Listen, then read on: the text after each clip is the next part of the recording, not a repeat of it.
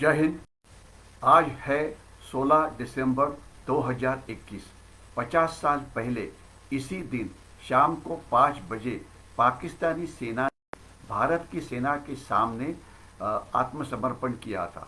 और ये हमारी इतिहास में 1947 के बाद की सबसे बड़ी मिलिट्री विक्ट्री थी। इसमें पाकिस्तान के दो टुकड़े हो गए और इसके बाद पाकिस्तान फिर कभी हमारे देश के सामने एक इक्वल शत्रु के मुताबिक सामने नहीं आया। तो सबसे पहले हम उन सैनिकों को श्रद्धांजलि अर्पण करते हैं जिन्हें इस युद्ध में वीर गति मिली। तकरीबन 4000 से ज़्यादा सैनिकों ने और अधिकारियों ने अपने प्राण के बलिदान दिए। तकरीबन 10,000 से ज़्यादा जो सैनिक थे ये वुंडेड हो गए। तो ये सब शूर जो सेनानी थे इनको हम श्रद्धांजलि अर्पण करते हैं, उनको धन्यवाद देते हैं।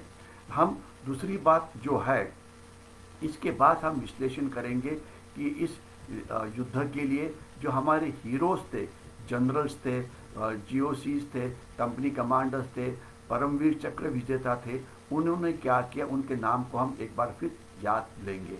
दूसरा हम बात करेंगे कुछ इम्पोर्टेंट बैटल्स जो इस लड़ाई इस वॉर के दौरान हुई। बैटल ऑफ लोंगेवाला है, बैटल ऑफ बसंतर है, थोड़ी बातचीत इसके बारे में करेंगे।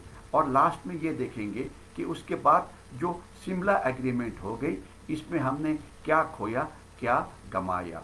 शुरुआत करते हैं हीरोज़ के साथ। सबसे बड़े हीरोज़ थे फील्ड मार्शल सैम मानेकशॉ, जो हमारे सेनापति थे। उन्होंने अपनी जो पॉलिटिकल नेतृत्व था उन्हें एडवाइस किया कि लड़ाई मार्च में नहीं हो सकती, दिसंबर में होनी चाहिए, क्योंकि प्रिपरेशन है, हमें हमारे शस्त्र को प्रिपेयर करना है, टैंक का प्रोडक्शन बढ़ाना है, एम्यूनिशन शॉर्टेज को कम करना है, लोगों की ट्रेनिंग करनी है, प्लानिंग करना है। और नवंबर के अंदर जब बर्फ़ शुरू हो जाती है तो जो सेना भारत चीन सीमा के ऊपर तैनात है उन्हें हम वापस ला सकते हैं लड़ाई करने के लिए।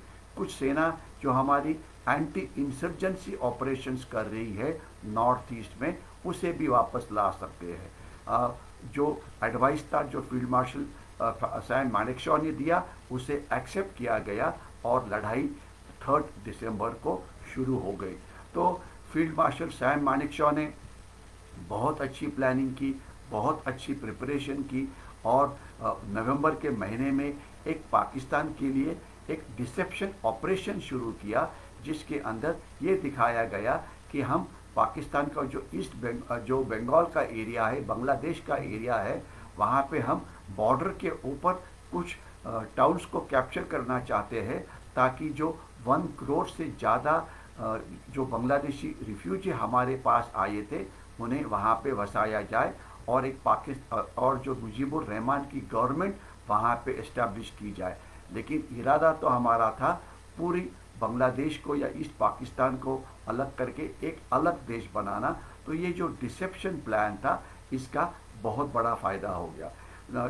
फील्ड मार्शल सैम मानेकशॉ के साथ जो DGM होते, डायरेक्टर जनरल मिलिट्री ऑपरेशंस, जो मिलिट्री ऑपरेशंस की प्लानिंग करते हैं, उसे कोऑर्डिनेट करते हैं, वो थे major general Inder Gill, para के बहुत ही प्रोफेशनली कॉम्पिटेंट अधिकारी थे। जो हमारे ईस्टर्न कमांड के GOC थे वो है लेफ्टिनेंट जनरल जगजीत सिंह अरोड़ा। वो तो बिल्कुल अमर हो गए हैं, क्योंकि जो सरेंडर ढाका में हुई, वहाँ की जो एक फेमस ऐतिहासिक फोटोग्राफ है, वहाँ पे आपको जनरल नियाजी ये बैठे हुए जनरल नियाजी जनरल जगजीत सिंह अरोड़ा को सरेंडर कर रहे हैं, ये फोटोग्राफ आपको सामने नज़र आएगी। तो वो GOC ईस्टर्न कमांड के थे, बहुत कॉम्पिटेंट थे। उनके जो चीफ ऑफ स्टाफ थे जनरल जेकब, इन्होंने भी अच्छे काम किया था, खास तो लास्ट वीक में जब उन्होंने पाकिस्तान की सेना के ऊपर साइकोलॉजिकल प्रेशर डाला था। जो फील्ड कमांडर्स थे उसमें सबसे बड़े हीरो थे लेफ्टिनेंट जनरल सकत सिंह, जिनकी कोर ने बहुत आक्रामक कार्रवाई करते हुए नदियाँ, नाले, रिवर्स को पार करते हुए ढाका की तरफ एडवांस किया। 33 कोर के जनरल रैना थे, 2 कोर के जनरल थापड़ थे, इन्होंने बहुत अच्छा काम किया।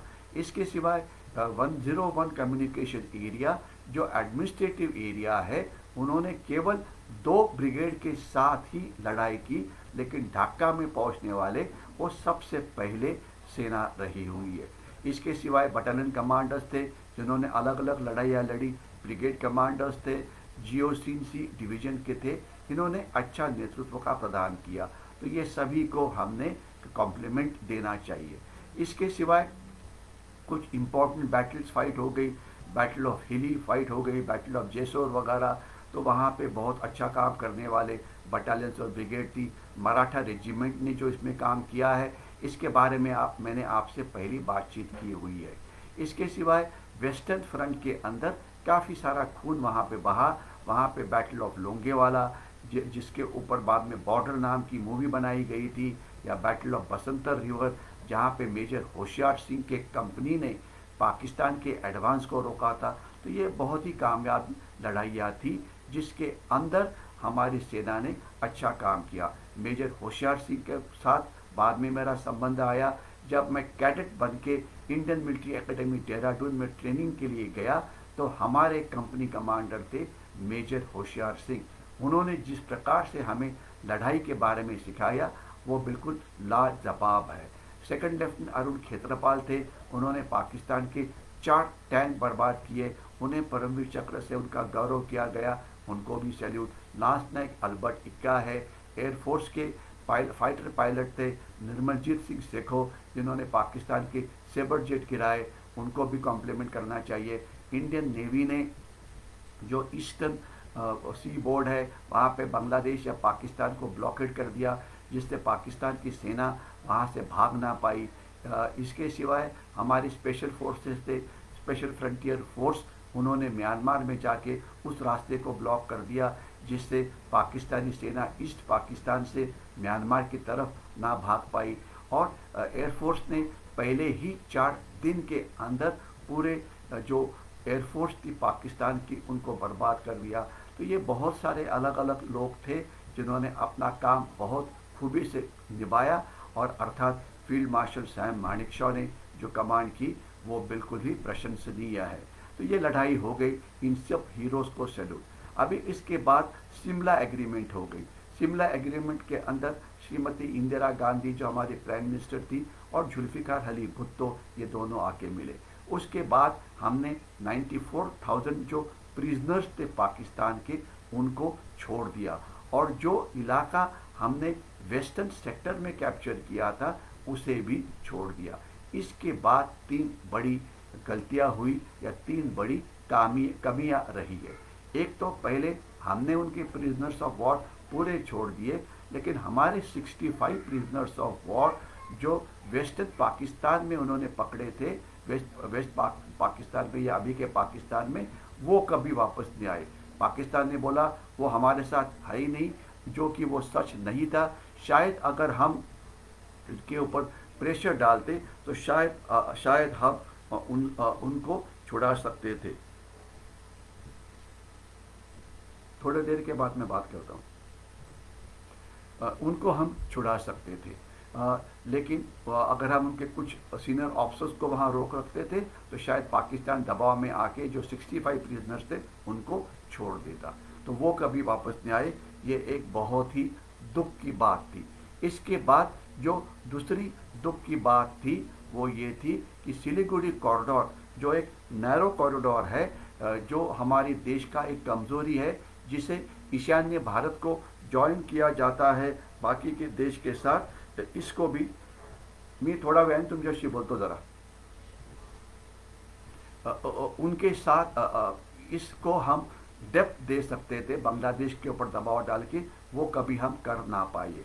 और तीसरा जो कश्मीर का मुद्दा था वो हम कायम का उसे रिजॉल्व कर सकते थे, वो नहीं हो पाया। तो ये कुछ नुकसान हो गए इस लड़ाई के अंदर, इतना बड़ी लड़ाई की कामयाबी पाने के बाद भी। लेकिन इसके बाद बांग्लादेश के साथ संबंध कैसे रहे? पहले 5 साल तो संबंध अच्छे थे, उसके बाद जनरल जिया की सरकार आ गई और खलीदा जिया की सरकार आ गई। उस समय उन्होंने हमें बहुत तंग किया एंड इंसर्जेंट्स को उन्होंने ट्रेनिंग कैंप दिए, बहुत सारे इन्फिल्ट्रेशन की वगैरह। लेकिन अभी अच्छी बात है कि अभी एक फ्रेंडली गवर्नमेंट वहाँ पर है, हसीना वाजद, जो हमारे साथ अलग अलग विषयों में कोऑपरेट करती है। इकोनॉमिक कोऑपरेशन हो या अलग अलग रास्ते या नदियाँ नाले जो बांग्लादेश से आती है उनका इस्तेमाल करना हो, या उनके जो अलग अलग पोर्ट्स है उनका इस्तेमाल करना हो, इसमें बहुत ही अच्छा काम हो रहा है। और जो इंसर्जेंट्स के कैंप जो बांग्लादेश में थे वो अभी नहीं है, ये अच्छी बात है।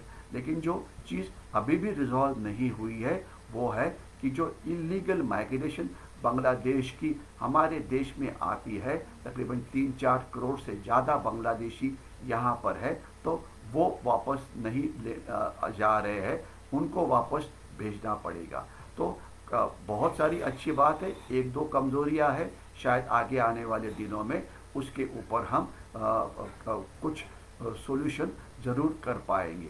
लेकिन अभी आगे आने वाले दिनों में चाइना और पाकिस्तान जो हमारे से अभी अलग लड़ाई लड़ रहा है, इसे हाइब्रिड वॉर बोला जाता है, इसे अनरिस्ट्रिक्टेड वॉर बोला जाता है, इसे ग्रे जोन वॉर बोला जाता है। तो उसके लिए हर एक जो नागरिक है इस लड़ाई में, साइबर वॉरियर है, इंफॉर्मेशन वॉरियर है, हर एक की अपनी जिम्मेदारी है। वो क्या कर सकते हैं देश के लिए, इसके बारे में मैंने पहली बात की हुई है, उसे हमने करना चाहिए। तो अभी मिलिट्री विक्ट्री तो बहुत तगड़ी थी, लेकिन आगे आने वाले दिनों के अंदर चैलेंजेस अलग प्रकार की होगी। उसके लिए हमारे देश ने, हमारे हर नागरिक ने ये सवाल करना चाहिए कि मैं देश को सुरक्षित करने के लिए मैं क्या योगदान दे सकता हूँ। जिस फील्ड के अंदर भी मैं हूँ वहाँ पे मैं किस प्रकार से अच्छा काम कर सकता हूँ। देश की आर्थिक प्रगति होनी चाहिए, देश की कॉम्प्रिहेंसिव पावर बढ़नी चाहिए। अगर ऐसे होता है तो आगे आने वाले जो चैलेंजेस है उसे हम कंट्रोल कर पाएंगे। जिन जिन वीर जवानों ने इस लड़ाई में अपनी जान की बाजी लगा दी, उनको सबसे बड़ी श्रद्धांजलि होगी इस देश को सुरक्षित करने में। अगर हर एक आदमी अपना हाथ बाहर लगाता है तो ये देश सुरक्षित होगा, हमारी इकोनॉमिक प्रोग्रेस बढ़ेगी और चाइना और पाकिस्तान का मुकाबला हम और अच्छी तरह से कर पाएंगे। मैं यहीं पर रुकता हूँ। अगर आपको ये वीडियो अच्छा लगा होगा तो उसे लाइक करिए। तब तक मैं आपकी विदा लेता हूँ। जय हिंद।